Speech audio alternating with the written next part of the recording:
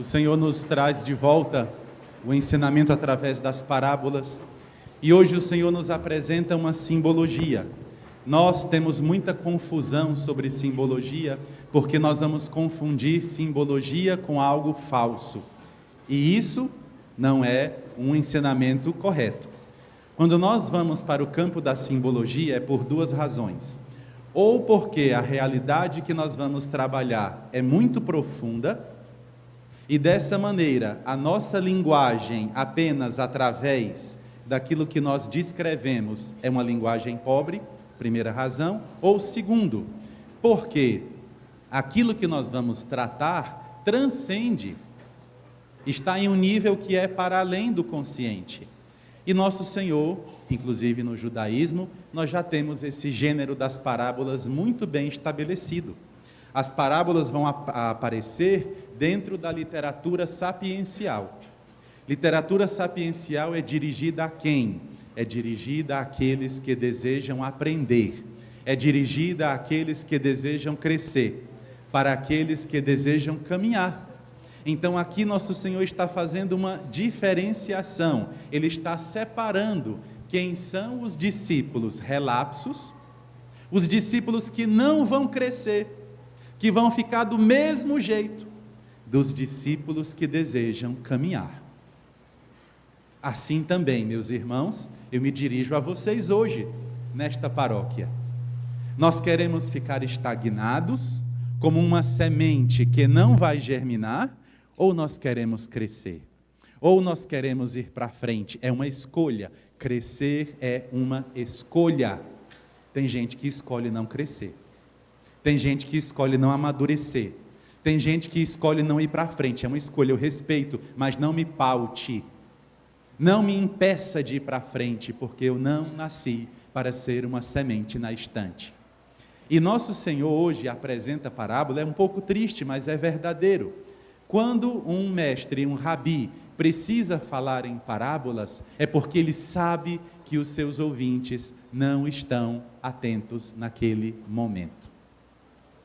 Então o Senhor vai, através das parábolas, colocar uma sentença, e aqui tem a diferença entre parábola, alegoria e metáfora, e fábula.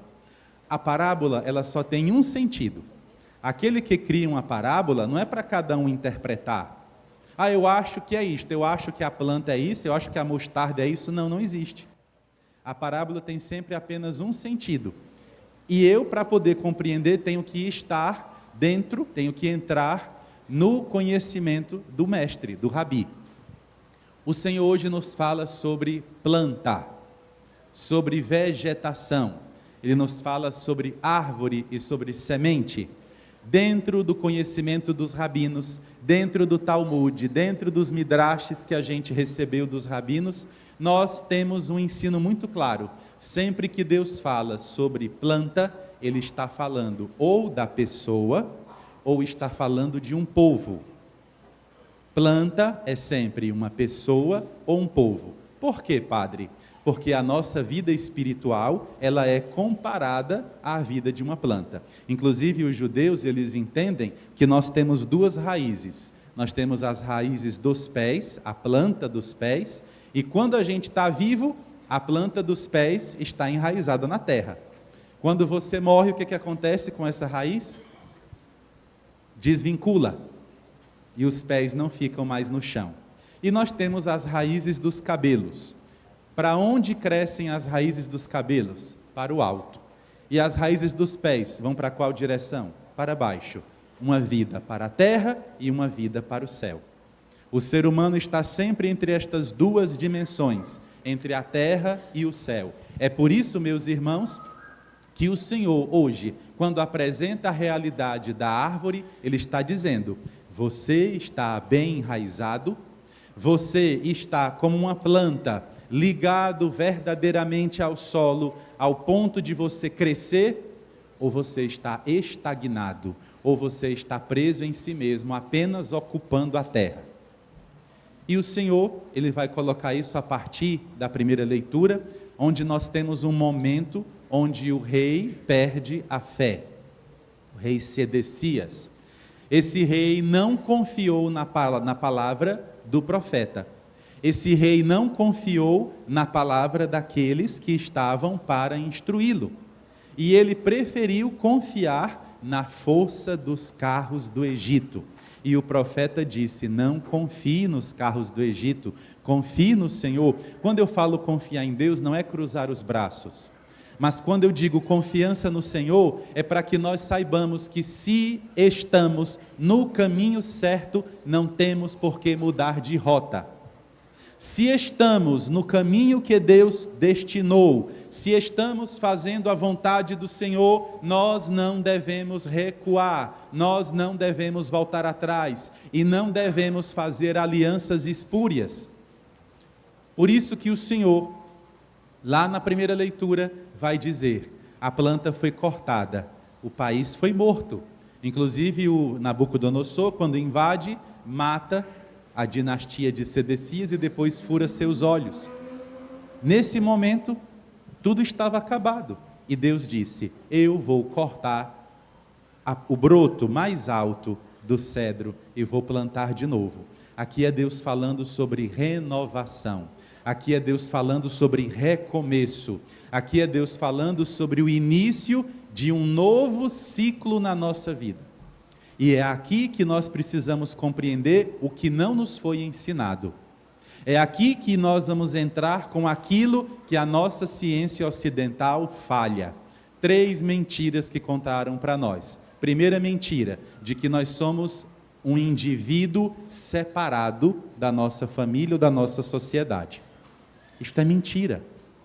Nós somos uma continuidade, nós somos a continuação da história dos nossos antepassados. Nós não somos um papel em branco, nós não somos um indivíduo solto, nós somos você queira ou não, você tem que parecer com seu pai e com a sua mãe, tem que parecer. Mas eu não gosto. Aceite. Eu tenho que parecer com eles. E isso já é desde criança, não é porque foi aprendendo, não. Tem criança que já nasce zangada, puxou a quem? Tem criança que passa o dia comendo, puxou a quem? Nós já somos uma continuidade. Nós temos uma hereditariedade. Então essa é a primeira coisa. Segunda coisa, nós entramos num mundo que tem leis. Por mais que Satanás deseje, através da sua nova ordem mundial e da sua agenda de 2030, quebrar essas leis, ele não conseguirá, porque ele não fez o mundo. Não fez. O mundo vai voltar para onde Deus quer, porque o mundo foi feito por Deus. Então eu preciso entender que eu estou dentro de um sistema. Quando nós usamos em grego a palavra cosmos, nós estamos dizendo que existe uma ordem para as coisas. Agora eu não quero dormir, eu quero que seja dia. Vai ficar querendo, é noite. Amanhã eu quero que seja dia 30, não vai. E por que eu estou dizendo isso? Parece uma loucura, mas não é. Tem gente que está enlouquecendo porque quer ir contra as leis da natureza. Há pessoas que querem ir contra. O nome disso, queridos irmãos, é, no mínimo, uma cisão, uma fragmentação de você com a sua realidade. Há pessoas que estão enlouquecendo porque não descobriram ainda que elas estão num mundo que tem regras. O mundo é um grande relógio, nós temos 2 ponteiros, o Sol e a Lua. Nós temos os outros ponteiros, que são 12, que são as 12 constelações. Mas agora eu quero que chova. Não vai chover.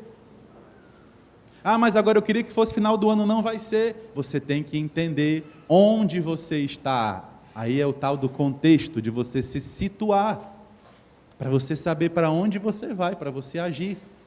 Então a segunda coisa é esta: o mundo não é o que você quer dele. Sabe aquela mentira de Aleister Crowley, que vem na verdade do satanismo, dos iluministas? Faça o que você quiser. Isso não existe. Não existe isso. Mentiram para você. Cabe a você amadurecer ou ficar nessa mentira. Estamos num sistema, num cosmos, e nós precisamos entrar nesse ritmo das coisas. Terceira verdade, porque nós também temos dentro de nós as leis que Deus escreveu. Nós passamos por mudanças de ciclo na nossa vida de 7 em 7 anos. Você queira ou não, de 7 em 7 anos existe uma grande mudança dentro da sua alma. É só você olhar para a sua vida, de 0 a 7, de 7 a 14 e de 14 a 21. Inclusive, antigamente, a maioridade era em qual data? 21. Por quê? Judaísmo dos rabinos, porque era quando a pessoa terminava o seu terceiro ciclo e já estava madura para começar a pensar por si mesma. Terceiro ciclo de 7, e depois tem outro, até o fim da vida. É assim. Nunca disseram isso para mim. Quando eu descobri, falei, menino, mas eu passei a vida inteira enganado. Né? A gente fica achando, ai padre, o que é que eu faço? Eu tenho que entender os ciclos da minha vida. Quando eu estiver no começo de um ciclo, eu preciso me esforçar, investir, trabalhar, ir para frente.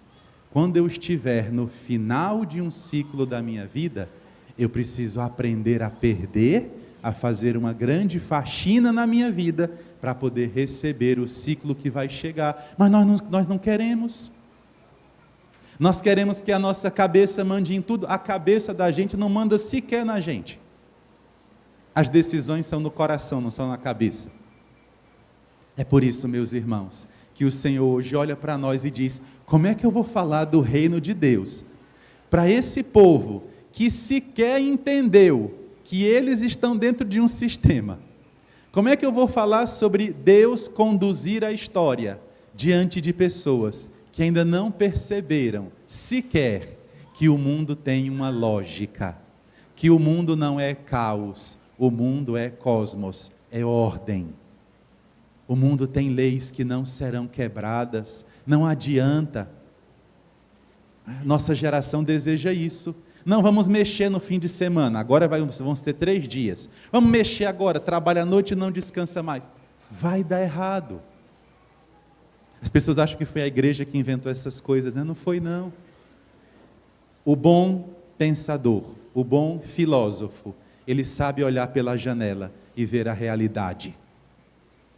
O mau pensador olha para dentro de si e não vê nada. Por isso que o Senhor hoje olha para nós e diz assim, calma. Se não aconteceu aquilo que eu te prometi, é porque ainda não é o tempo.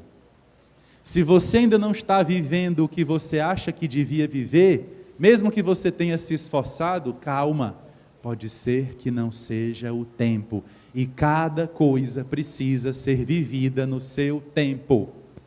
Por que que nós somos contra a sexualização de crianças e adolescentes? Porque isto altera a química do cérebro. A pessoa fica comprometida no cérebro para sempre.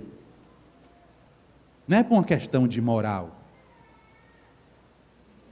Por que que nós falamos sobre isso? Porque é necessário dizer, as pessoas não dizem mais.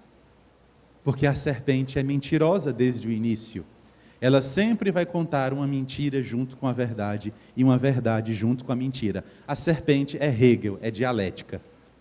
Ela sempre vai fazer as duas coisas e você não vai para canto nenhum.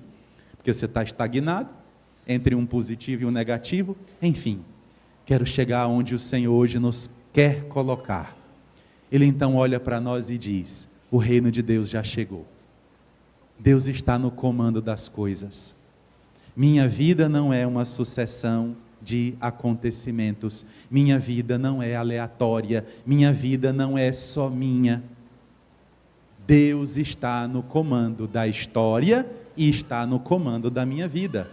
Por isso que nós aprendemos logo no início que a planta, não é? É uma linguagem para a vida espiritual e para o caminho das nações. Eu não vou falar sobre o segundo porque o tempo não permite.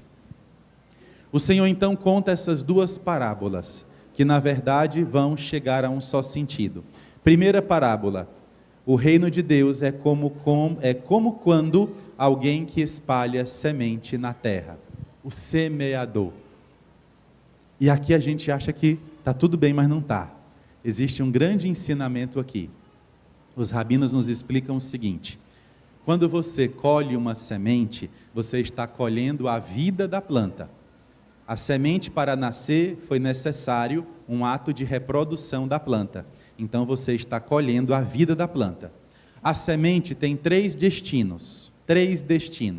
Primeiro destino da semente, ir para o celeiro, para ser guardada e ser consumida no futuro.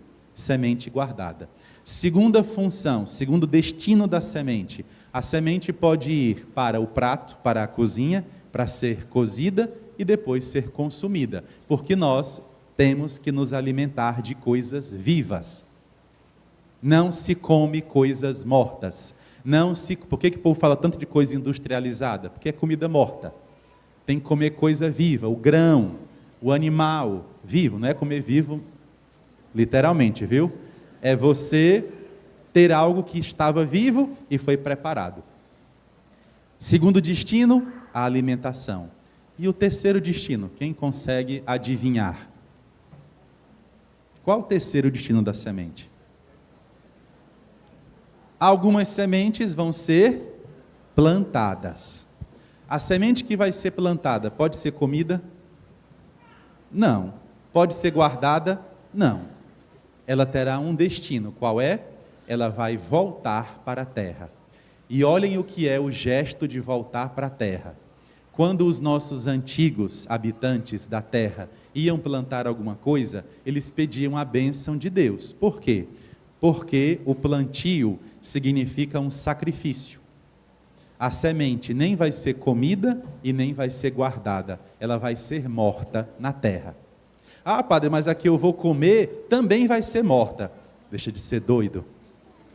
Quando você come, a semente fica em você. Ela se tornou um só com você.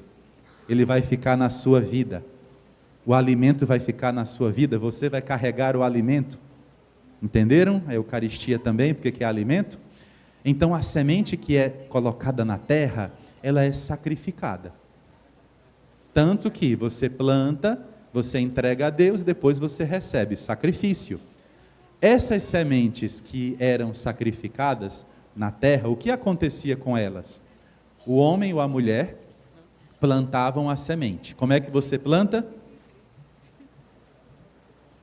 Estou perguntando no lugar errado, né? Estou perguntando para as pessoas erradas. Como é que você planta? Primeiro você precisa escolher a terra.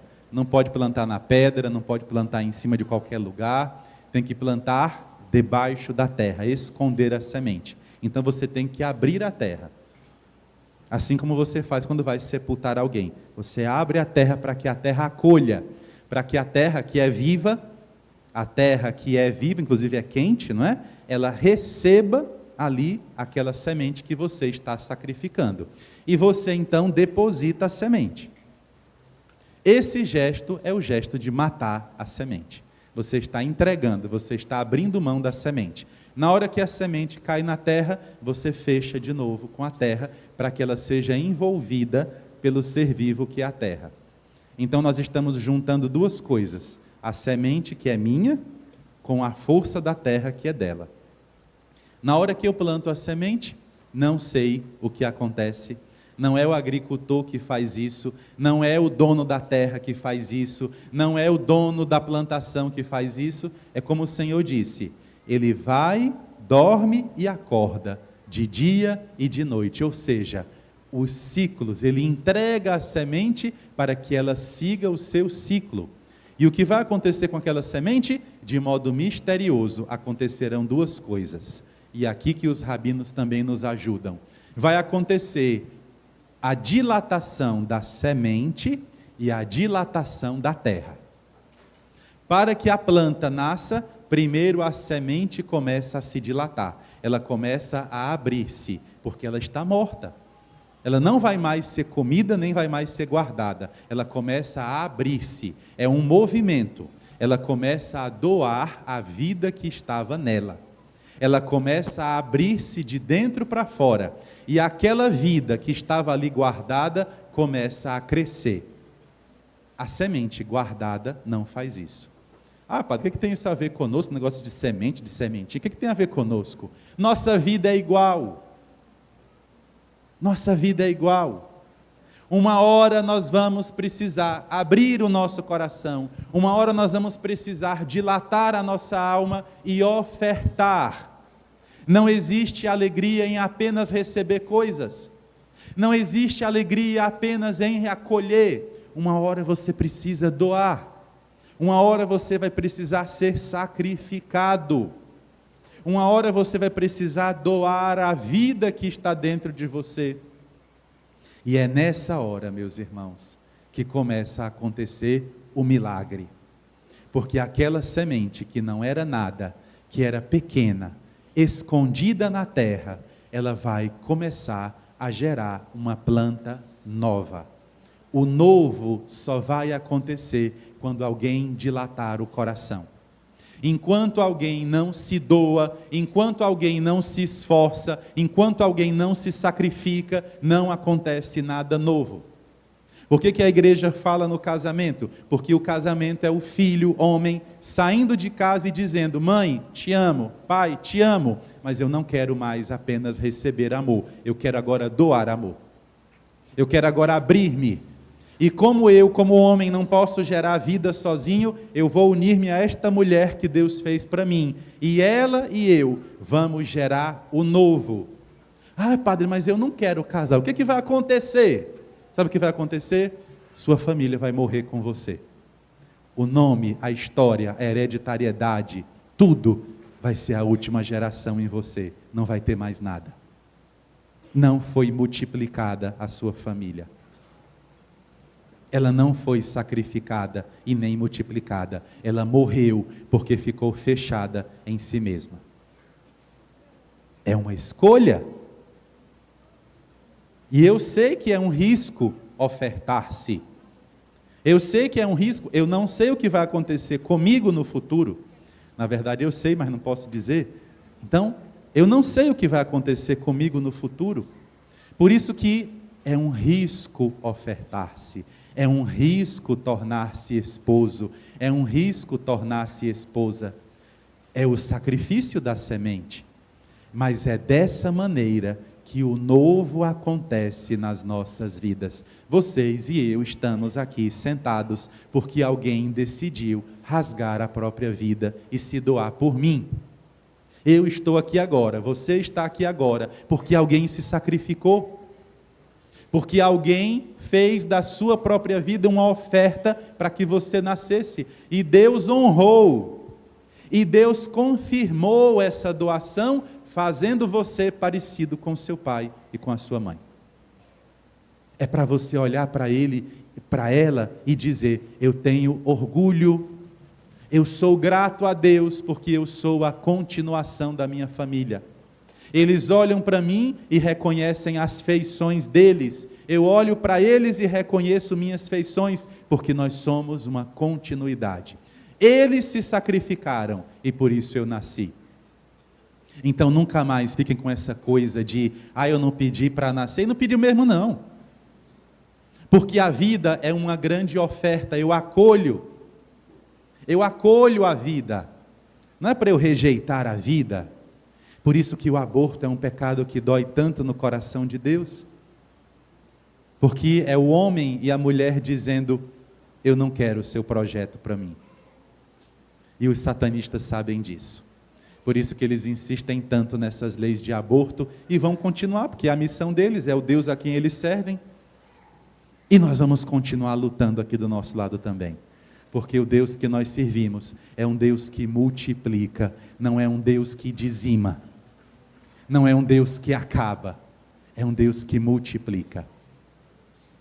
A primeira coisa que o Senhor vai nos chamar, eu estou fazendo esse momento para chegar onde Jesus quer. Jesus fala então: espera a semente brotar, espera a planta nascer, espera as espigas brotarem, as espigas se formarem, espera a hora da colheita. Espera o tempo de Deus, aguarda o tempo de Deus.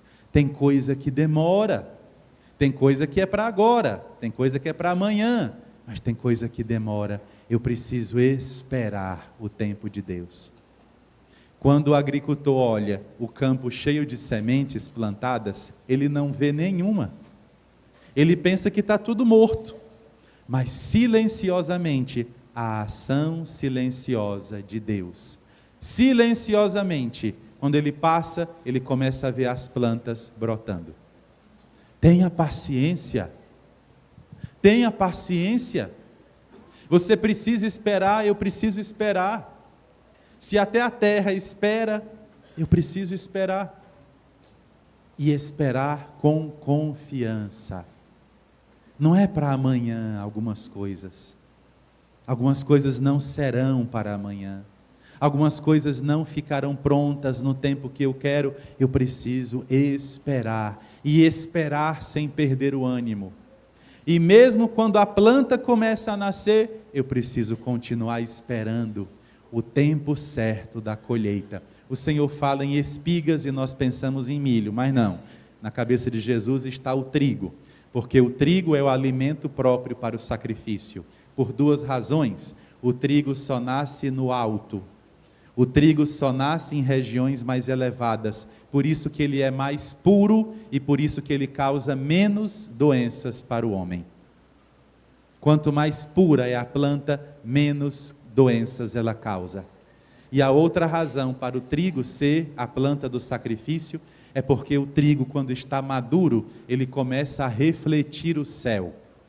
Ele começa a refletir a luz do sol. Eu preciso esperar a minha vida espiritual. Eu preciso esperar que as coisas aconteçam, não é para ontem não. Ah, padre, mas é porque no mundo é desse jeito. Não, não é. Eu preciso esperar. E Deus vai cuidando enquanto eu espero. Não é o agricultor que faz a planta crescer. É Deus. Eu preciso esperar. Eu preciso deixar que a planta cresça.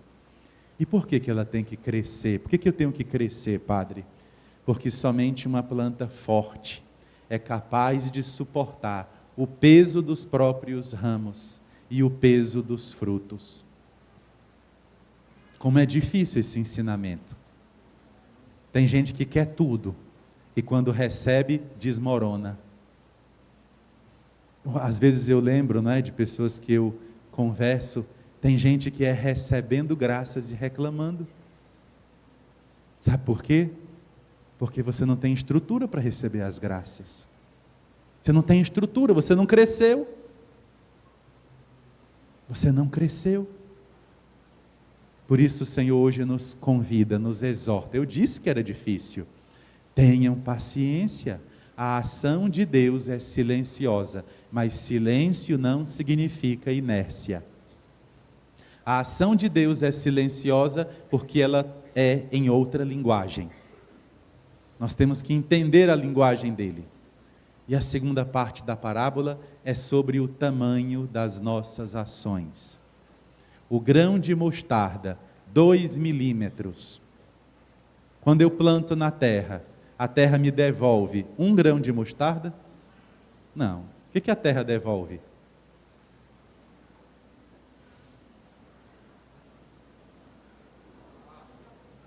Ela devolve uma semente só. O que nasce de uma árvore? Milhares de sementes. Se você quer que sua vida se multiplique, se entregue, se oferte. Se você sabe já qual é sua vocação, se oferte. Se você está diante de um problema muito grande, se oferte. O que Jesus fez diante das dores da vida dele? Ele pulou ainda mais. Ele se jogou ainda mais. A gente acha que a saída é recuar. Não. Se levantou um problema, vamos para frente, com alegria, como a semente. Porque eu sei que Deus vai me devolver muito mais do que eu estou fazendo. Deus sempre devolve muito mais do que nós fazemos. Se você cuidou de alguém que estava enfermo, Deus vai te devolver muito mais. Se você fez um gesto de bondade, Deus vai fazer muito mais, porque Deus não devolve 1 por 1. Em Deus é sempre 100 por 1. Por isso que o Senhor Jesus diz: confia, Deus não é mesquinho não. Olha para a terra, o agricultor planta uma semente, e Deus devolve para ele uma planta cheia de sementes. Deus é assim, Deus é generoso. Ah, padre, mas isso não aconteceu na minha vida. Eu te pergunto, você tem semeado? Você tem se ofertado? Você tem entregue sua vida na vocação que Deus te chamou? Ou você só está pensando em você? Ah, eu quero isso, eu quero aquilo, eu queria que fosse assim. Se oferte. Quando você se oferta, Deus devolve muito, muito mais. Segunda parte da parábola, nossos gestos são pequenos, diante de tanta coisa que acontece na nossa vida. Às vezes nós achamos que o que nós estamos fazendo não vai surtir efeito. Quantas vezes eu me pergunto: Senhor, o mundo está aí desabando, o que que esta missa, o que que a minha palavra tão pequena vai gerar? Minha palavra é o grão de mostarda, 2 milímetros, não é nada, qualquer vento leva embora, mas na hora que ela se junta com a força de Deus, se torna uma planta de até 4 metros.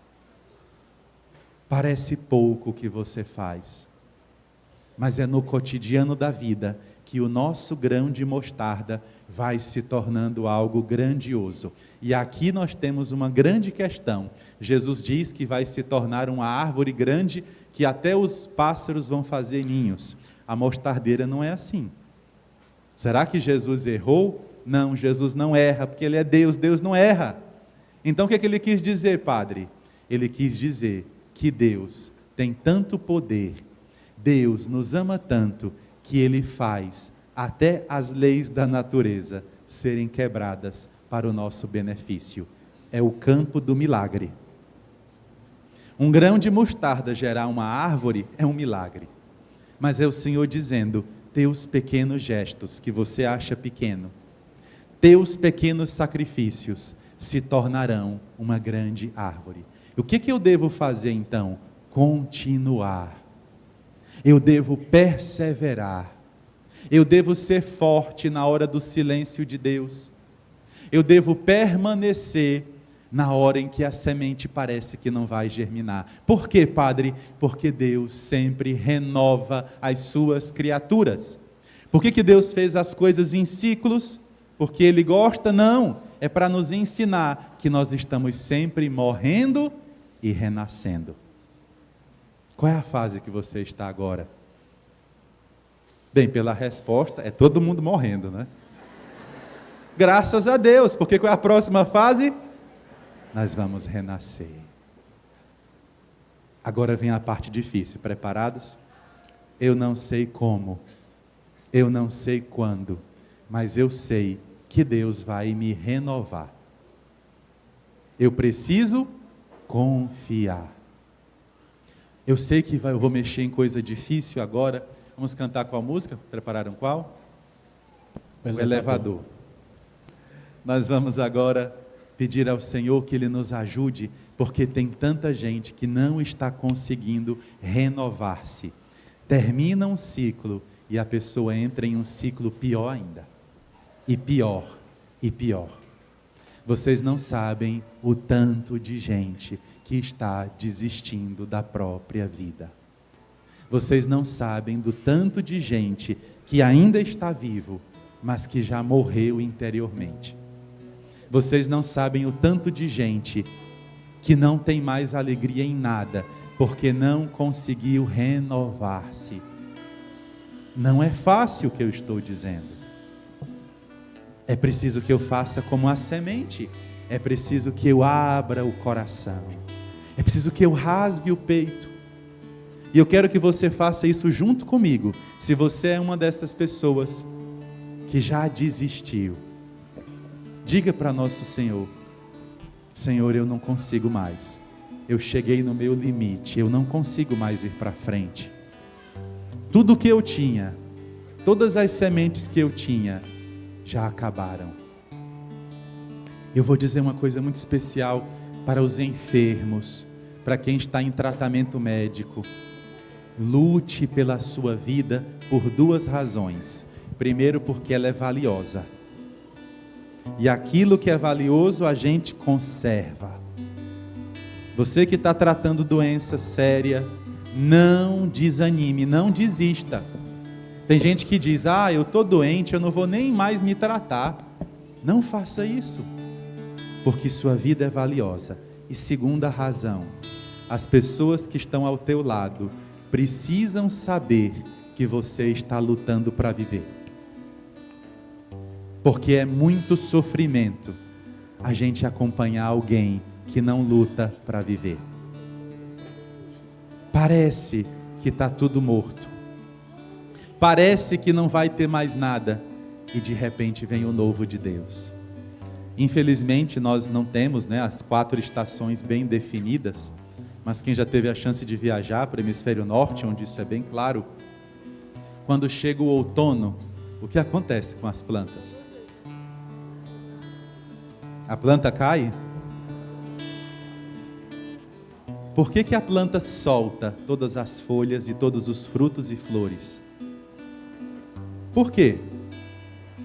Porque ela precisa guardar o pouco que ela tem para esperar a próxima primavera.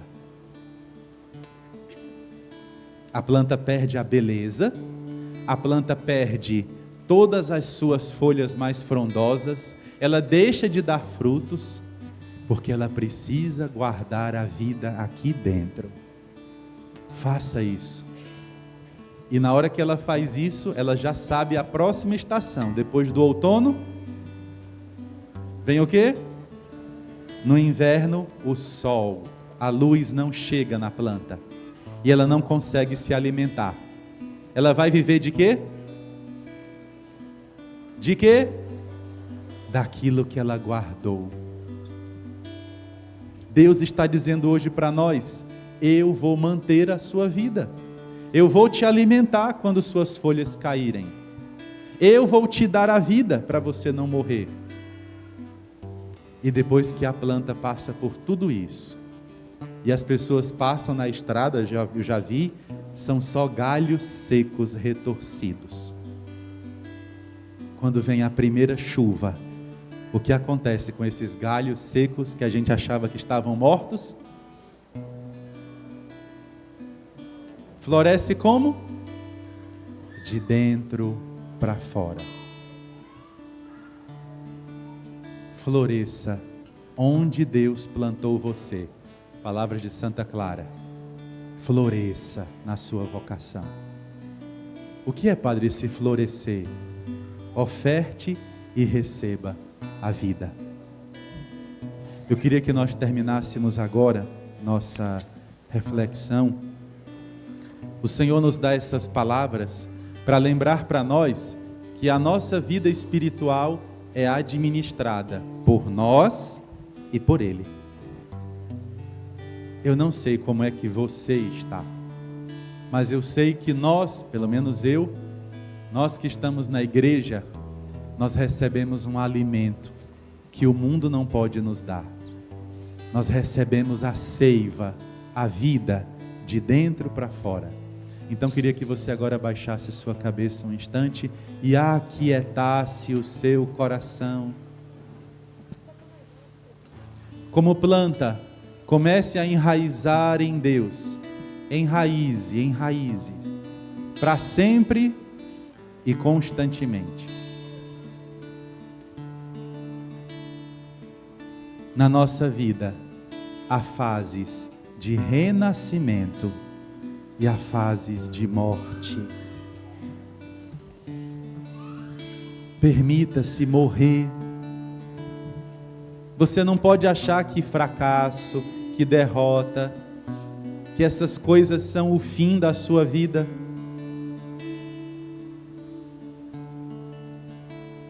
Você não pode achar que uma fase da sua vida vai perdurar para sempre.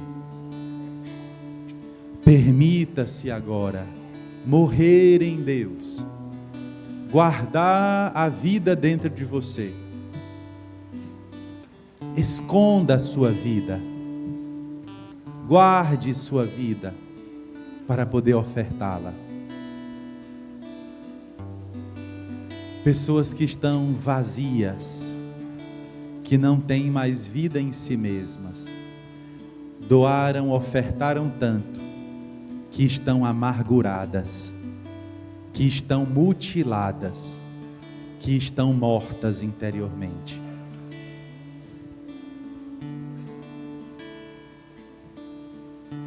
Se ninguém se sacrificou por você, Deus se sacrifica por ti.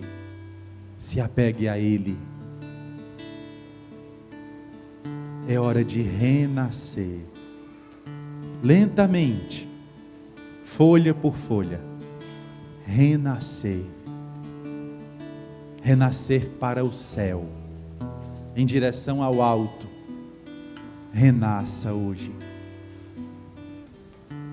Renasça. Uma pequena via me levará para os teus altares, ó meu Rei. Pequeno serei, então encontrarei um lugar em tuas mãos, o elevador que me fará subir até os céus. São os teus braços, ó Jesus. Uma pequena via me levará. Uma pequena via me leva para os teus altares, ó meu Rei, pequeno serei, então encontrarei um lugar em tuas mãos, o elevador que me fará subir até os céus. São os teus braços, ó Jesus. Você que não aguenta mais, você que não consegue mais ir à frente, você que não consegue mais seguir adiante, nós passamos por isso. Quantas vezes nós dissemos: eu não consigo, Senhor. Eu tentei, mas eu não consigo. Cante: crescer-me é impossível. Crescer-me é impossível. Devo suportar-me como sou. Não quero ser grande, mas sim teu pequenino.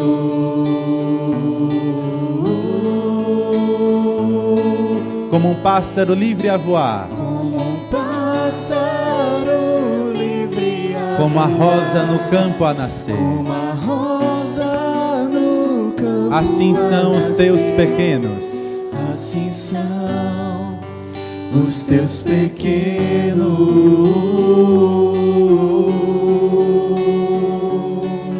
Como a criança a correr, como a criança a correr para os teus braços, os teus braços eu irei também. Experimente essa liberdade no Senhor, a liberdade de ser em Deus, a liberdade de ir para frente em Deus. Por que o Senhor falou das plantas? Para dizer: sou eu que cuido, sou eu que faço crescer. Tem uma parte da sua vida que sou eu que vou realizar, permita que eu realize. Como o pássaro que não planta, que não colhe, come todos os dias. Como o pássaro que não paga aluguel, mas tem o seu ninho. Deixe eu cuidar de você. Deixe-se ser cuidado como o pássaro se deixa. Confia na providência. Como a rosa que ninguém plantou, mas que nasceu linda no campo, mais linda que as roupas mais bonitas. Deixa eu te vestir, deixa eu te dar a beleza de novo que você perdeu.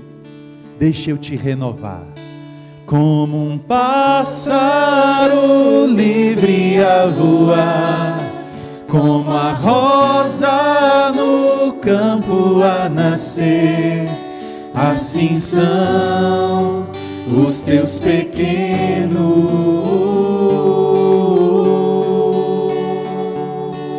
como a criança a correr, como a criança a correr para os teus braços, eu irei também.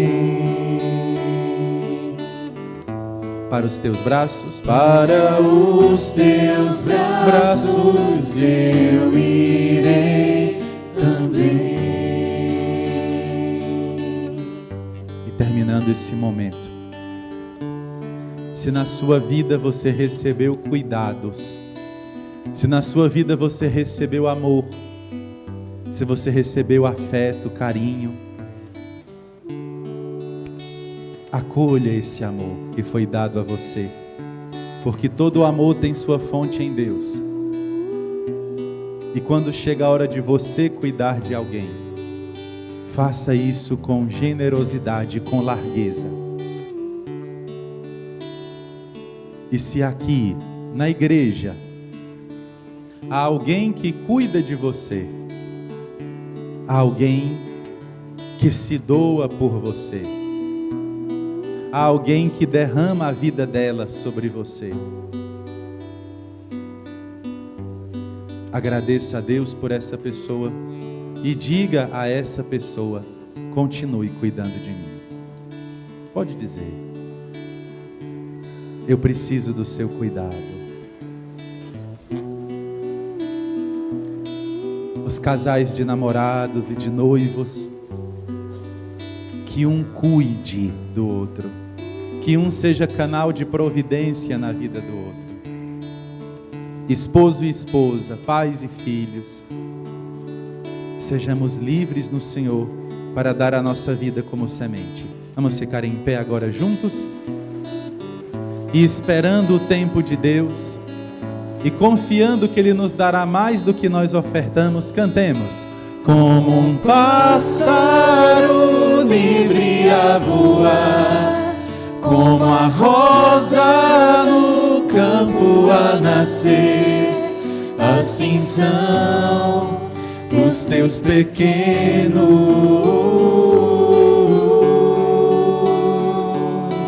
como a criança a correr, Como a criança a correr para os teus braços, para os teus braços eu irei também.